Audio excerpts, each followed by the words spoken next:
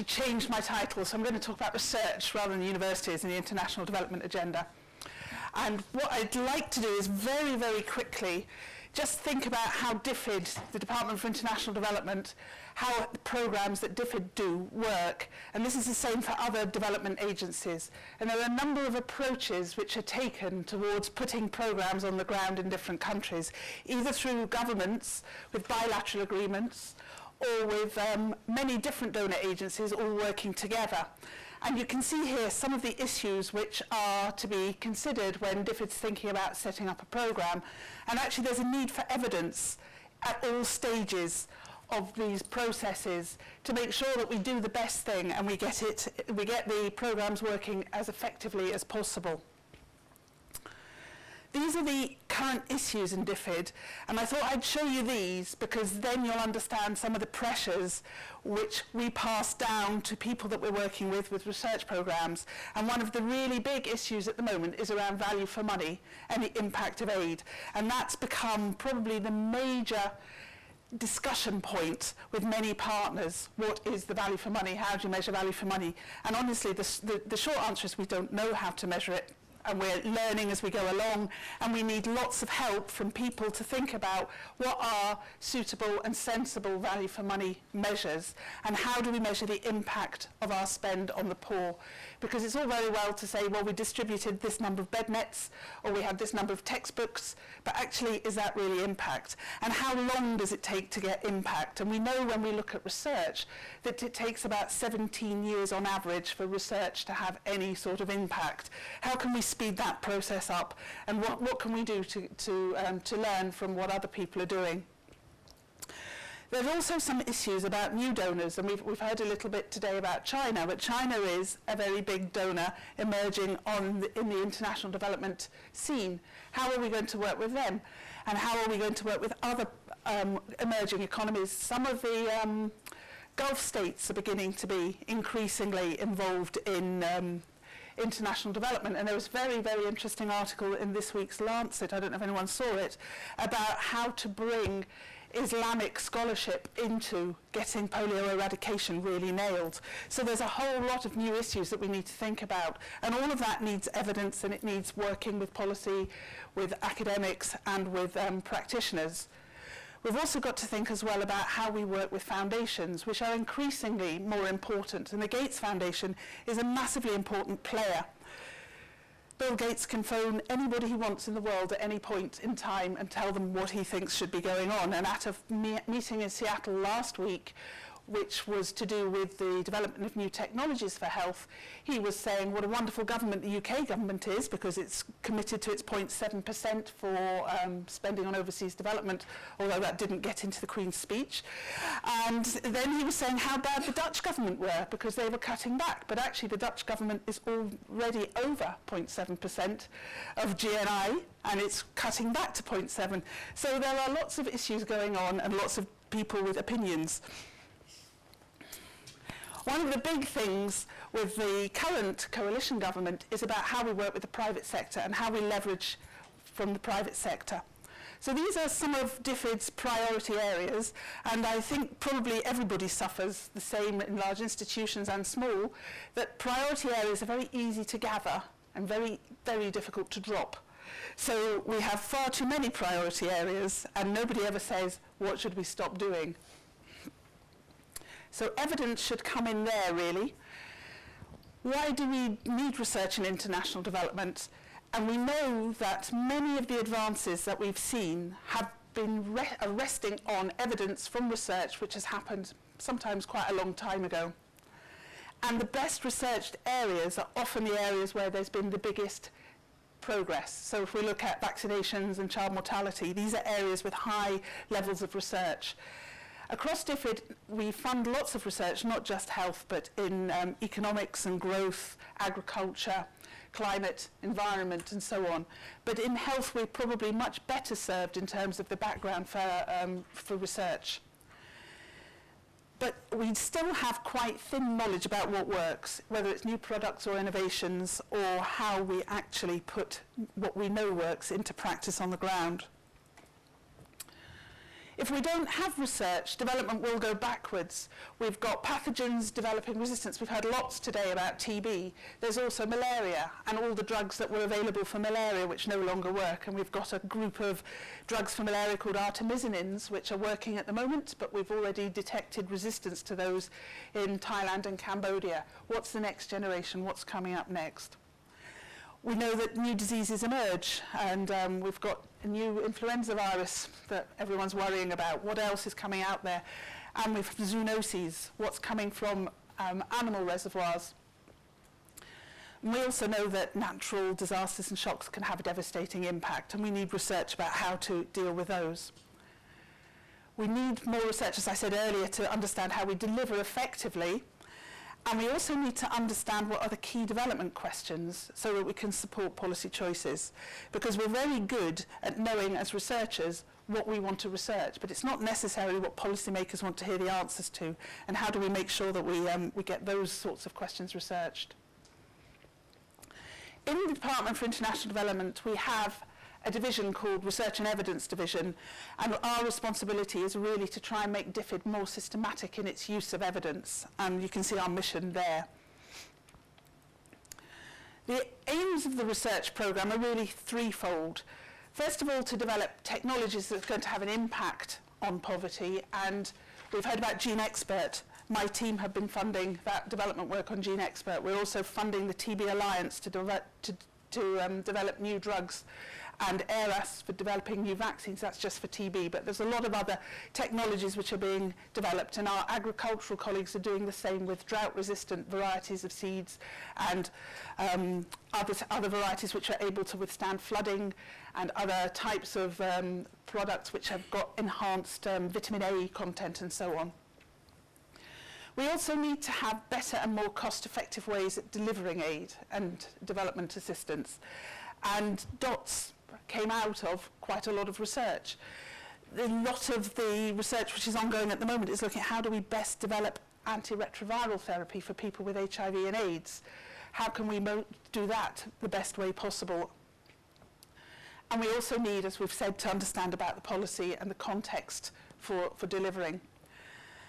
So what we're looking for is robust, rigorous evidence which addresses challenges. And we see research as a development intervention in of itself.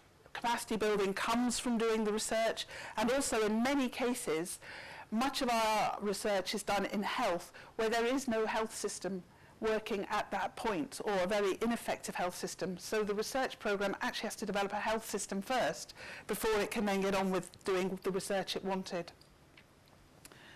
And we want research to be linked with our programs wherever possible, or other agencies' programs. When we commission research, the first thing we look for is the quality of the research. It's got to be the highest quality. But after that, we differ somewhat from research councils and other research commissioning organisations. We have a focus on poverty reduction. We have to be able to answer the question, how will this impact on poverty? It may not be tomorrow, maybe in 5 years or 10 years, but we still need to see that. We want the research to be focused on problems faced by developing countries, whether that be by citizens, by service providers, or by governments, and we need to be able to show a clear link to priorities in developing countries. And the other thing which is really important for us is about how we get research into policy and practice as quickly as possible. I mentioned this other research that's been done that shows it takes about 17 years. How can we speed that up? So when we're looking at research, we're looking at the development part often of research and development. We're always encouraging partnerships between institutions in the north and those in the south. And we want to see real, genuine partnerships where there's capacity and legacy, so that if the northern partners to withdraw, the southern partners would be able to continue. And we're also looking at how we can increase partnerships between the public and the private sectors. So research from DFID has changed over the last 10 years. When I joined DFID, the research which was going on all the way across the department was being pulled together into a central place so that we could learn lessons and share expertise across different sectors. There's been a much greater move to open competition for funding. It used to be that there were a number of institutions that got a lot of money from DFID because they asked for it. Now you actually have to compete for it. All programs are now externally peer reviewed, and we have a chief scientific advisor. Our first chief scientific advisor was Gordon Conway, who's an agricultural economist. Our current chief scientific advisor is Chris Whitty, who's a malaria expert. We have a lot more accountability within the department to report on the research, which means that people who get research funding have got to think very carefully about what they think they're going to achieve during the research programme and how to report it back in to DFID. And there needs to be a lot more emphasis placed on how you get research taken up. And we've heard a lot from the union and the other research about thinking about what those issues and what those problems are and how are they built into the research from the outset so that the right partners are involved, making sure that they're ideally placed to hear the research results coming up. We now have a separate division which I think just highlights how important DFID sees the use of evidence right across all of its programs. And there's a set proportion of DFID's budget for research, and I'll show you a slide about that later. The other thing is we do have changing thematic priorities, and that's really to reflect what's going on in the world in general, that things come up, things become less important, and also we're a political organisation, and so therefore every time the government changes, priorities can change as well, and we have to be able to adapt to that. We've got an informal research advisory group of external experts who actually are there to advise the Research and Evidence Division about strategies going forward. And there really is a very much higher priority placed on the need for evidence in the design of new programs. And we have to develop business cases for each new program with a whole section on what is the evidence. And is the evidence strong, weak, or non-existent? And if it's non-existent, what are you as a person designing a program going to do to make sure you collect evidence during the operation of the program so that we then have some evidence about what works and what doesn't work? We also have systematic review programs, and from a health background, that's a no-brainer. We all believe and know the value of systematic reviews. But when this was first mooted, colleagues from different thematic areas, from economics and agriculture and livelihood research, were all extremely sceptical and thought this was the biggest waste of time and that it wouldn't make any difference whatsoever. We've had 3 years of the systematic review program. We haven't necessarily got the right systematic review questions being asked yet, but we've got a lot of converts and a lot of people from different disciplines saying, this is amazing. And one systematic review on tax and tax collection has actually had quite a big impact, despite the fact that originally people said this is just rubbish. We've got an evidence interaction team who are there within DFID to think about how do we make sure evidence as is generated reaches the right people, so that as our new programs are set up and as we support other organisations to develop programs, that they use evidence. And we've got a research hub in India for South Asia and about to start one up in Nairobi for East Africa, which will be a focus for getting research into policy and practice in those regions. And we've also got stronger and strengthening links with the Government Office of Science, so we're sort of plugged into what goes on across the whole of government. So what we're looking for in research and how academic researchers can really help is thinking about innovation and risk. We're a high-risk part of DFID. We want to take lots of risks on good, high-quality research. We know that some of it will fail, and we know that some of it will succeed.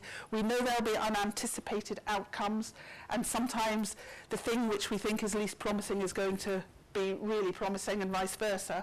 We just are looking to make sure we have a good portfolio of risk. We're looking at mixing up research methods. We, from my team, would never fund a clinical trial without social science research built into that clinical trial. We would just not think it was worth doing. And we have had quite a lot of fights with research teams to ensure that they get the right experts in and that they don't pay lip service to that. Across the rest of the division in different thematic areas, it's the same. So the more you can propose how to mix methods up and really get the best. We've funded some enormously expensive clinical trials which have shown that products don't work. But if it hadn't been for the social science, we wouldn't have understood why they don't work or what was going on, and it's actually allowed us to jump off into much more fruitful areas from that social science. We have to work with the private sector. We need to think about how we do that. And we need to think about the capacity building aspects of the research that's proposed to us. We're looking for people to think about getting research into policy and practice, and we've got some guidance that I'll show you in a minute. And we need to think about the partnerships. We've got one group of people who are leading one of our programs who never use ex-students in partnerships because they say there's too much of a master-slave relationship. We only want equal partnerships. Other people that we fund have got ex-students as partners, and it works fine. But there's a whole range of approaches, but we're looking for equal and not extractive partners. So some of the challenges which we want research community to help us grapple with are how can we become more effective at getting our research used? How can we use programs which are out there where there is no evidence to generate evidence? How can academic colleagues work with people putting programs in place on the ground to build a robust system for good quality data collection and evaluation? And I think that will increasingly be opportunities there as programs start looking at how they can embed evaluation within them. We also need to think about getting work that we know doesn't work out of practice. How do we stop doing what we know doesn't work? And that can be really difficult because people are very, very attached to what they do already. We definitely need help thinking about how to measure impact over time and what does that mean and how can we do it. We need to think as well about the global public goods aspects of our work compared to what's happening at a local country level. And most of the research that's funded through my team is of quite long term, 3 to 5 years. Our policy colleagues need all of the information yesterday, or preferably 3 weeks ago. So how do we work those timetables out and the stress between those? And we need to think about where we do have evidence, how do we make sure people can have access to it? So here are some of the things that we think the research community can do to help us. Last week in the Lancet there was a publication, 2 papers on the DFID trial, which was a trial looking at vitamin A and deworming, but that trial was finished 10 years ago. And it's only by massive amounts of pressure from the research community and the journal editors that got published last week. I mean, we've been waiting for it for ages. Don't do that. It's really unethical. Don't overclaim findings. And we've got lots of people who write for us and who write policy briefs for us based on the evidence. You can read what they say the evidence says, and then you read their policy brief and you think, are we talking about the same thing? Because we're not. So we need to be careful because we don't want to lose credibility by overclaiming. And we need to think about how we get negative findings out there. The US aid are having a failure fair for their reproductive health programs where people are coming in to say, what didn't work and why? I think it's just great, but we need to think about how we do that and try and avoid all this publication bias. And we need to think about how to make information accessible to non-specialists. We go around the country and we meet with people that we fund for research. Somebody mentioned Leeds, we were funding the Leeds colleagues as well. At some places, people say, it's not my job to write a summary of my research. Why should I write it in an accessible format? Because all I need is the publication in the journal. I think with the REF, things will change a bit.